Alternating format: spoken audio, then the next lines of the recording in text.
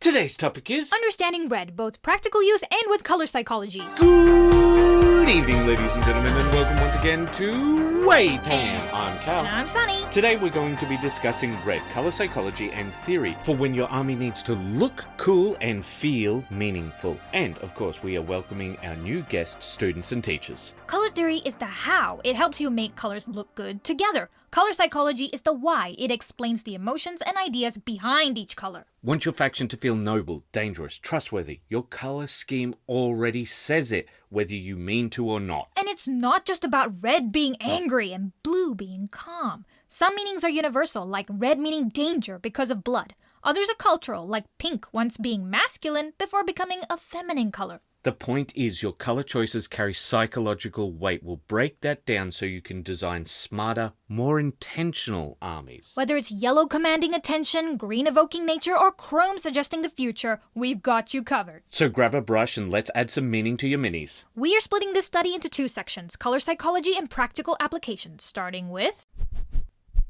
Color psychology. Color psychology splits in two, biological and cultural. Biologically, red is hardwired into us. It's the first color we see as babies and signals blood, danger, and urgency. Culturally, though, meanings shift. Pink was once for boys, now it's coded feminine. Context changes everything. Even locker room paint can mess with performance. That's why pink locker rooms are banned in sports. True story. Red is an attention magnet. Red is known to capture attention, particularly in emotionally charged contexts. Red stimuli significantly enhance attentional engagement when paired with emotionally balanced images, aligning with the color in context theory. This is a biological impulse, so next time someone says, color psychology is totally bunk, ask them deadpan, why are all stop signs red? As a quick prelude to the practical section, let's take a look at this in action. See these Blade Guard veterans. What does your eye track to? That's right, the red. And if you're wondering why you are seeing miniatures as the example, that's because that's what this channel is primarily about. But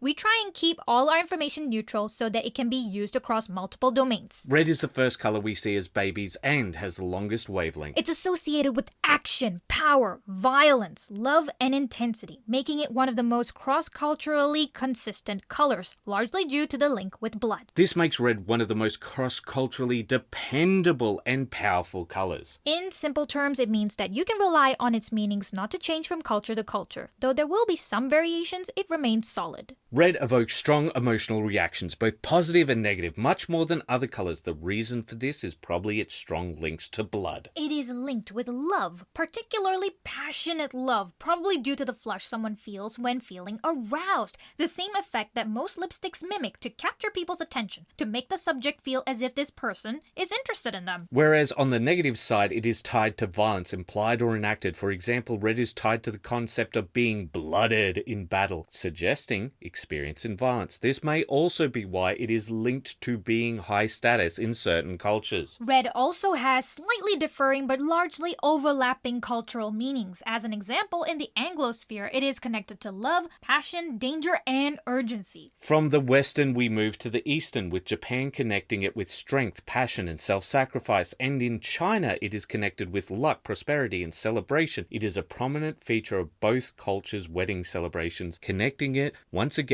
to fertility. Moving to India, red signifies purity, fertility, and marital bliss. Brides traditionally wear red saris during weddings. In Russia, red is linked to beauty and honor. In fact, the word for red, krasny, shares roots with the word beautiful in Russian. As we move towards the end of color psychology and into the practical side, here are some interesting facts about red, as well as some things that cross the divide between color psychology and practical use. Red is the first color that humans mastered, fabricated, and reproduced. It is also the earliest colors used during the prehistoric period. It is also important to remember, as red's color shifts, its meanings also shift. Burgundy is linked to sophistication and mystery. Maroon conveys controlled aggression and seriousness. Pink, though associated with femininity now, historically it was considered masculine. If you change the color in order to gain a different result to make it more visually striking and so on, you may be tapping into different meanings, so be aware of that when using red to tell stories that you want to tell. With that, let us move on to the positive and negative traits as well as its associations. Associations are just what it is associated with, and these are basically little cheat sheets you can look at to understand the color psychology for each. Red color psychology associations. Aggression, Appetite. passion, Power. love. Red color psychology positive traits. Strength, warmth, masculinity, excitement, stimulation. Red color psychology negative traits. Uncontrolled anger, tiring, ruthless, resentful, violence.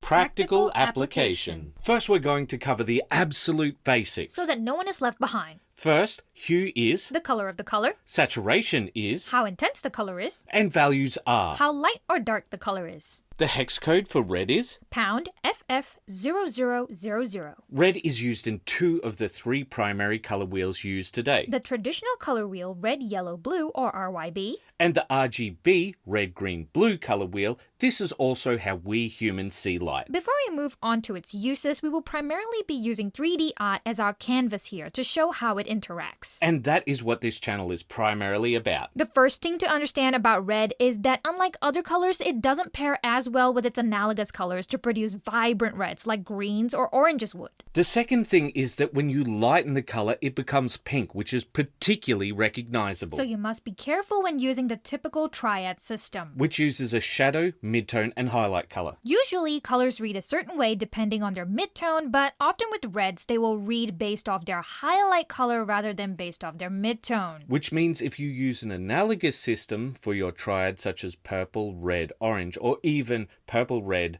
red, and orange red, It is much more likely to read as orange rather than red. taking the same system, if you simply lighten and darken the color, adding black for the shadow and white for the highlight. It is much more likely to read as pink rather than red. So what should you do when you're using red? You should treat your highest saturation red as your absolute highlight. This means treating it like white as a color. Yes, we understand white is a shade. As an example, what you may wish to do is use a desaturated and darkened red as your shadow. Your midtone will be something in between that and your absolute highlight. You can still use some purple in your shadow to give it vibrancy and color. However, you should always avoid adding orange if you can. Remember, if your red reads as a different color, you are sending a different message. Of course, you can have vibrant orange reds, but the more you step away from red, the less of its meanings you will retain. You want to paint intentionally. If you want fiery orange reds, that's totally cool. By the same token, if you want burgundy, that's fine too. But They're not red. Sunny, there was something you wanted to point out when it comes to red. It is very important to consider visual hierarchy when it comes to red. Can you explain what visual hierarchy is? Visual hierarchy is the strategic arrangement of visual elements to guide the viewer's eye in order of importance,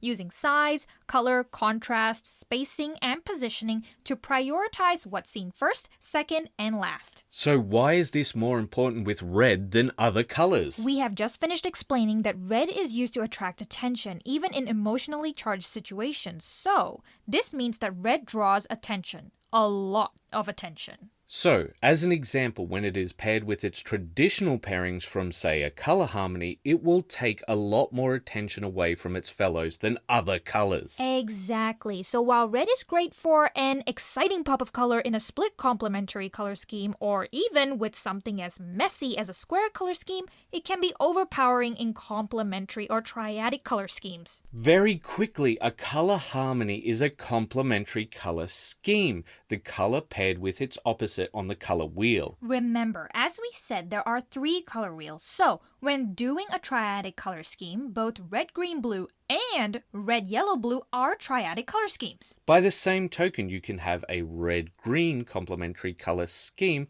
or a red cyan. Both are complementary color schemes, which are also color harmonies. So red is ideal as the minority or accent color rather than as the majority color in a color scheme. So if you want it to be the majority color, you may have to reduce its intensity or try to increase the intensity of the harmonizing color. However, that can lead to eye-burning intensity, so you may have to choose between trying to convey meaning or between harmonizing your art. Sunny, I think it's time to close things out. I think you're right, so what should the people do, Cal? I think you know, Sunny. Keep those brushes wet. Bye-bye.